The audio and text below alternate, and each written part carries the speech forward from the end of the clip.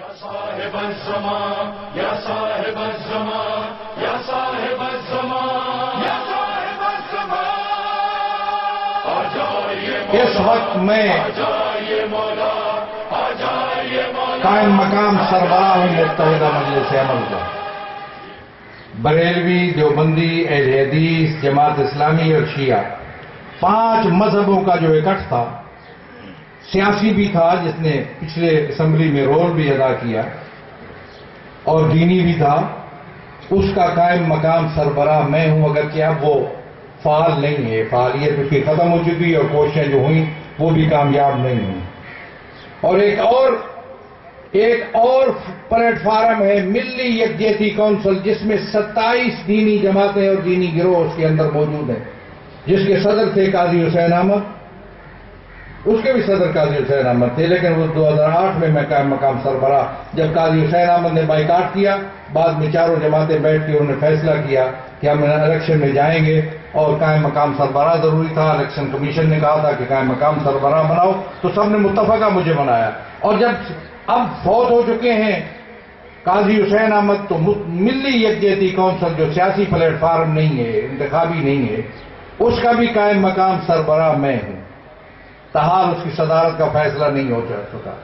بر صغیر کے اندر جہاں بعض لوگ اس حد تک انتہا پسندی کو جاتے ہیں کہ ایک فرقہ دوسرے فرقے کو دیکھ نہیں سکتا، اس منظر کے اندر ایک شیعہ کا ایسے دینی فورموں کا سربراہ بننا میں سمجھتا ہوں تشیع کی عظمت کی دلیل ہے.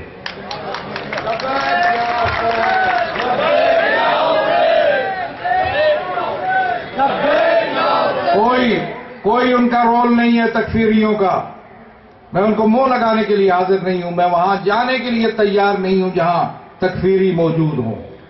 میں نے اعلان کیا ہے سرکاری فورموں پہ، سرکاری میٹنگوں میں جہاں بھی تکفیری ہوں گے وہاں ہمارا کوئی نمائندہ موجود نہیں ہوگا.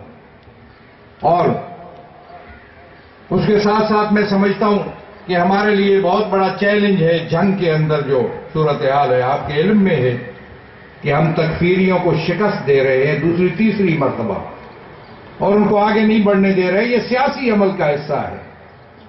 اور یہ تیسری بات جو میں آپ کو بتا رہا تھا وہ ہمارا سیاسی عمل ہے اور رول ہے جو ہم نے اس ملک کے اندر ادا کیا. ہم پی ڈی اے میں تھے، جس میں پیپلز پارٹی، تحریک استقلال اور تحریک جعفریہ، ہمارا ایک رول تھا. جب پی ڈی اے میں تھے تو اس وقت پی ڈی اے کی حکومت ہوئی، اور اس کے بعد اگر ہمارا الائنس یا ایڈجسٹمنٹ ہوئی مسلم لیگ کے ساتھ تو مسلم لیگ 2/3 اکثریت سے جیتی.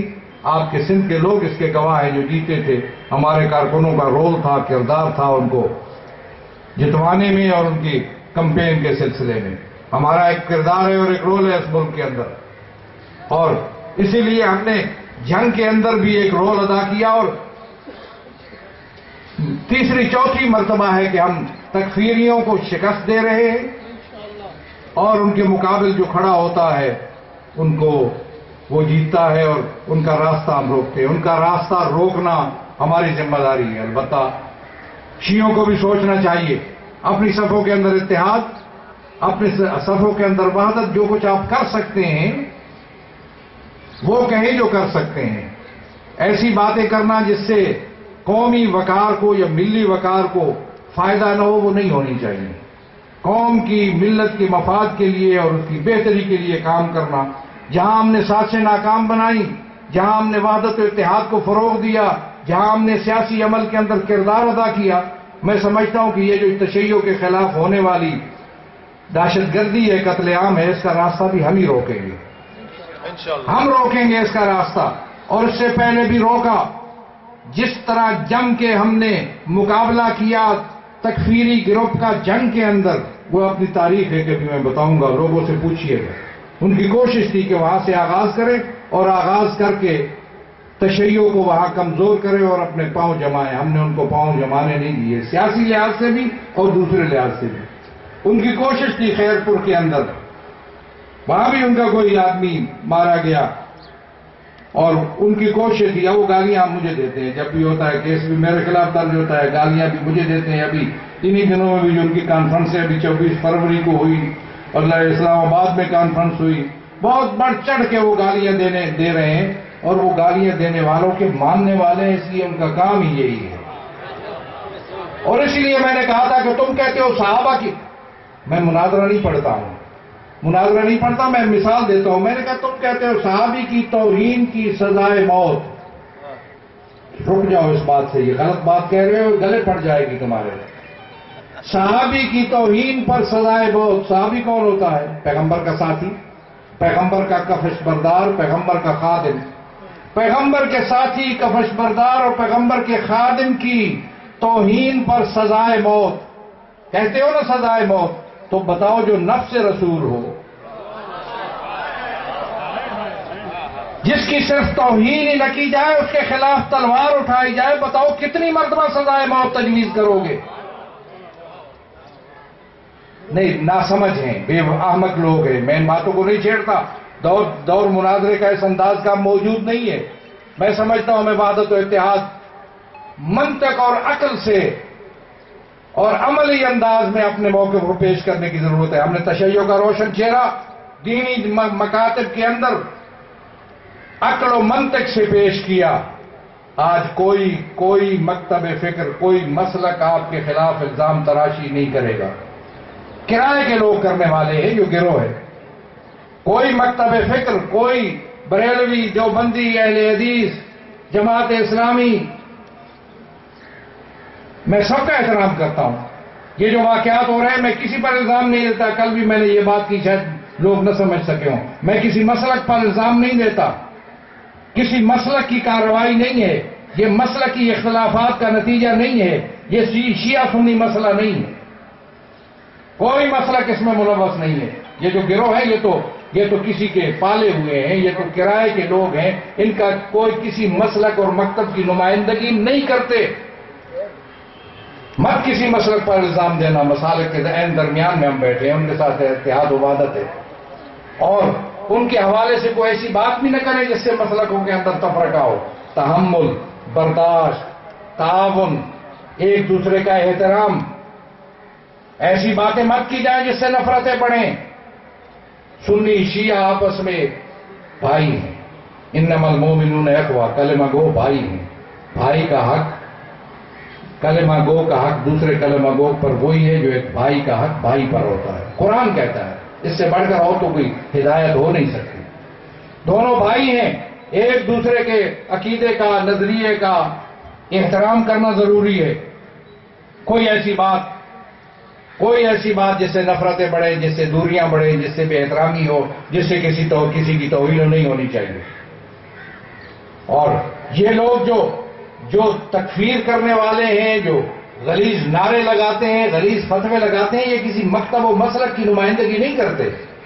یہ پلانڈڈ لوگ ہیں، تیار شدہ لوگ ہیں. جس طریقے پہ وہ لوگ جو تشیع کے قتل عام میں ملوث ہیں، وہ بھی تیار شدہ لوگ ہیں. وہ تیار شدہ لوگ ہیں، تربیت یافتہ لوگ ہیں. جدید تربیت، جدید تکنیک ہے ان کے پاس. آپ دیکھیں کہ وہ واقعات کرتے ہیں لیکن کوئی پکڑا نہیں جاتا. سب کو سلمانی ٹوپیاں پہنائی ہوئی ہوتی ہیں. سلمانی ٹوپیاں جن سے کوئی شخص گرفتار نہیں ہوتا. یہ جو گرفتاریاں، یہ سب ڈرامے. آج تک نہ کسی کو سامنے لائے ہو اور نہ کسی کو تختہ دار پر لٹکایا گیا. 20 سال سے یہ عمل جاری ہے. اور شیعوں کے خلاف جو یہ مہم ہے اور یہ اقدام ہے، یہ انتہائی خطرناک ہے. انتہائی خطرناک ہے. پاکستان کی سلامتی کی خاطر، پاکستان کی سالمیت کی خاطر، اس کی وحدت کی خاطر اور عوام کی بہتری کی خاطر ہم نے آج تک صبر و تحمل سے کام لیا. جانتے ہیں حکومتیں بے بس تھیں. اس میں پولیس اور دوسرے لا انفورسمنٹ ایجنسیوں کے قدرت و اختیار سے ماورا چلا گیا معاملہ. قانون نافذ کرنے والے اداروں کے بس میں نہیں ہے. یہ حکومتوں سے بالا ہے. میں مل چکا چپڑاسی سے لے کر آخر سب ملک کے سب سے بڑے تک اور کلرک سے لے کر وزیر اعظم تک. وہاں جرنیل بھی موجود تھے اور سب کے سامنے یہ بتا چکا. میں 2 باتیں واضح کہتا ہوں. یہ شیعہ سنی مسئلہ نہیں ہے، مسئلہ کی اختلافات نہیں ہیں. یہ وہ لوگ ہیں جو تیار کیے گئے اس ملک کے اندر. کس نے تیار کیا؟ ان کا نیٹ ورک کیوں مضبوط سے مضبوط تر ہوتا جا رہا ہے؟ کیوں نہیں توڑا جاتا یہ نیٹ ورک؟ اس کا سوال لگاتا ہوں میں ریاست کے اوپر، یہ سوالیہ نشان حکومتوں سے اٹھ گئی بات آگے، حکومتوں کے بس میں نہیں ہے، اور ہو سکتا ہے اس لیے میں کسی حد تک انتظار میں ہوں کہ اس وقت جو حکومتیں آئی ہیں وہ ملک کو بحرانوں سے نکالیں گی، تو ممکن ہے کہ یہ بحران جو ہو سکتا ہے اس طرف بھی ان کی توجہ ہو، ورنہ میں آپ کو بتاؤں امن و امان کا مسئلہ ہو، اور بھی بہت سے دائرے ہیں جو موجودہ حکومتوں سے دائرے کار سے خارج تھے، ان میں وہ دخل ہی نہیں دے سکتے تھے۔ لوگ تو سمجھتے ہیں، لوگ آتے ہیں کہ حکومت مجرمانہ غفلت ہے یا حکومت پر پتہ نہیں حکومت کے خلاف نعرے لگتے ہیں، وہ میں جذبات کی قدر کرتا ہوں، لیکن یہ حکومتوں سے ماورا ہے۔ ریاست کے گریبان میں میرا ہاتھ ہے۔ میں پوچھتا ہوں پاکستان سے کہ شہریوں کے تحفظ کے لیے اور ان کے جان و مال و عزت و آبرو کے تحفظ کے لیے ریاست نے کیا اقدام کیا؟ اور پھر یہیں تک معاملہ محدود نہیں رہا، شیعوں کو بسوں سے اتار کر پہچان کر شناخت کر کے ان کو گولیاں ماری گئیں۔ یہ پاکستان ہے، یہاں تک پہنچی نوبت۔ پاکستان ایک ملک تھا جو سب نے مل کے بنایا، اور اس میں سب نے رہنا ہے باہمی پیار و محبت سے۔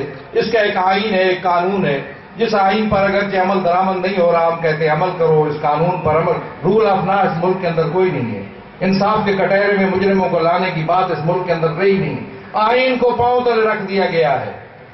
وہ تو اس وقت بھی رکھ دیا گیا تھا جب اس کے 262 دفعہ کے اندر مسلم و غیر مسلم کی تاریخ موجود ہے، اور مسلم کا سب سے بہتر مصداق شیعہ حیدر کرار ہے، اور ان کے خلاف جب مہم چلتی رہی اس ملک کے اندر کسی نے نہ کسی پر کیس قائم ہوا، نہ کوئی جیل کے اندر گیا، اور اب بھی تکفیر کرتے ہیں کھلے عام، لیکن ان کے خلاف انتظامیہ پولیس ان کے خلاف کیس درج کرنے سے گریزاں ہوتی ہے۔ اور یہاں تک صورتحال پہنچ چکی ہے۔ اس لیے میں سمجھتا ہوں جب مسئلہ یہ ہے کہ شیعوں کی توہین ہوتی ہے کوئی نہیں بولتا، شیعوں کی تکفیر ہوتی ہے کوئی نہیں بولتا، شیعوں کا قتل عام ہوتا ہے ٹس سے مس کوئی نہیں ہوتا، تم بھی مذمت کرو اور ملک کا بڑا بھی مذمت کرے، صرف مذمت کی حد تک محدود رہے۔ تو ملک نے کیا دیا شیعوں کو؟ اسٹیٹ نے کیا دیا شیعوں کو؟ اسٹیٹ کی ذمہ داری کیا ہے شیعوں کے حوالے سے؟ ریاست کو اپنی ذمہ داری ادا کرنی چاہیے، اور جب صورتحال یہ ہے کہ اتار کر بسوں سے لوگ ماریں گے تو یہ ناقابل برداشت بات ہے۔ پھر میری ذمہ داری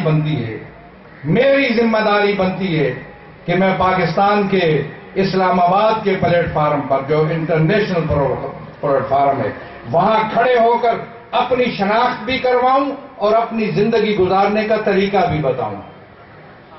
یہ ذمہ داری ہے، اور میں آپ کو متوجہ کر رہا ہوں کہ یہ ہم ادا کریں گے۔ یہ ذمہ داری ہم کسی مشکل میں نہیں ہیں۔ قائد کے فرمان پر، قائد کے فرمان پر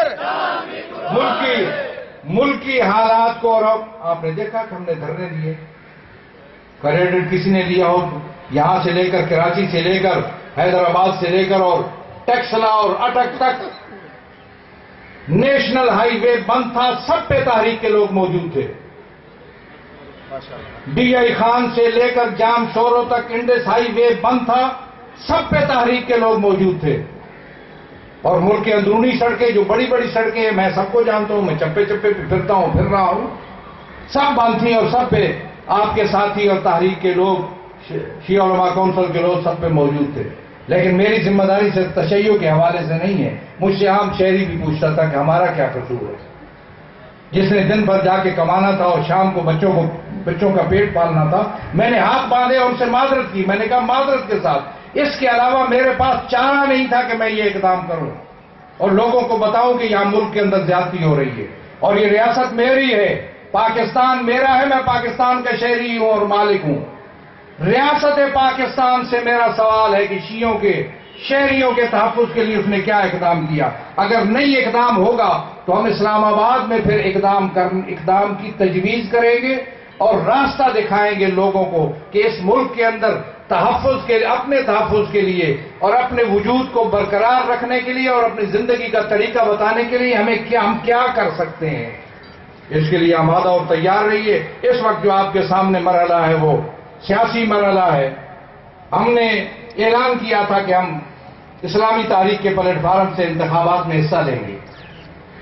اور ظاہر ہے اسلامی تاریخ رجسٹرڈ جماعت ہے جو متحدہ مجلس امن میں بھی رجسٹرڈ اور دوسرے طریقے بھی رجسٹرڈ ہے, مستقل بھی اور اس حوالے سے.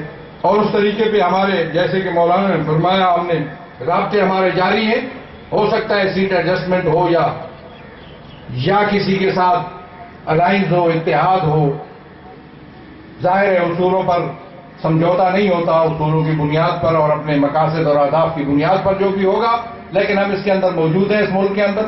اور اس سلسلے میں ہم اب پھر سیاست کے اندر ہیں اور سیاسی حوالوں سے ہم اپنا کردار اس ملک کے اندر ادا کریں گے تاکہ ایسے لوگ آئیں اس ملک کے اندر جو پاکستان کے آئین پر عمل کرا سکیں اور پاکستان کے شہریوں کے جان و مال کے تحفظ میں کردار ادا کر سکیں. میں اسی پر اکتفا کرتا ہوں اور بہت بہت شکریہ آپ حضرات کا کہ آپ نے بڑی توجہ سے گزارشات کو سنا. میں چاہوں گا کہ آپ ان نکات کو اپنے ذہن میں رکھیں, لوگوں تک پہنچائیں تاکہ یہ کاررواں جو دوبارہ پھر سے فعال ہوا یہاں پہ, باقی جگہوں پہ بھی ہوا اور یہاں بھی ہوا ہے, تو اس کو اور زیادہ رواں دواں رکھا جائے. جو حضرات اس راستے میں کام کر رہے ہیں ان کے ساتھ تعاون کیجیے, ان کے ساتھ ان کی پشت پناہی کیجیے. جس حد تک آپ چل سکتے ہیں اس تک چلیے, کوئی مشکل نہیں ہے, کوئی پرابلم نہیں ہے. جس تک کوئی چل سکتا ہے چلے, لیکن تعاون سب کر سکتے ہیں. جس حوالے سے آپ تعاون کر سکتے ہیں آپ تعاون کیجیے. یہ کسی کی ذات کا مسئلہ نہیں, کسی شخص کا یا فرد کا مسئلہ نہیں ہے, ملت کا ہے, ملت کے وقار کا ہے, ملت کی عظمت کا ہے, ملت کے مقاصد اور اہداف کا مسئلہ ہے. اور اس میں اگر کسی کا کوئی سوال ہو تو وہ بھی بعد میں ہم سے رابطہ اور رجوع ہو سکتا ہے. اس وقت اس کو فعال کرنا, اس ملی پلیٹ فارم کو فعال کرنا, اس کی پشت پناہی کرنا سب کی ذمہ داری ہے. دوسرے حضرات کو بھی کہیے, جو لوگ حاضر نہیں ہیں وہ بھی اس سلسلے میں اپنا کردار ادا کریں. میں آخر میں دعا کرتا ہوں ہمارے نام پہ اپنی رحمت اور برکت نازل فرما, شر شیطان شر دشمنان سے اپنے حفظ و امان میں رکھ. ہمارے حاضرین میں جیسے کوئی مشکل ہے اس کی مشکل رفع فرما, جنہیں کوئی مسئلہ درپیش ہے ان کا مسئلہ حل فرما. بارے پریشانیاں دور فرما, مشکلات رفع فرما, سلامتی اور خیر عنایت فرما. پاکستان کو امن امان کا گہوارہ بنا, اتحاد و وحدت کی برکت سے مالا مال فرما. دشمنوں کے عزائم ناکام بنا, دلوں میں جو حاجات ہیں تو علیم بذات صدور پوری فرما. ہم سب کی توفیقات خیر میں اضافہ فرما.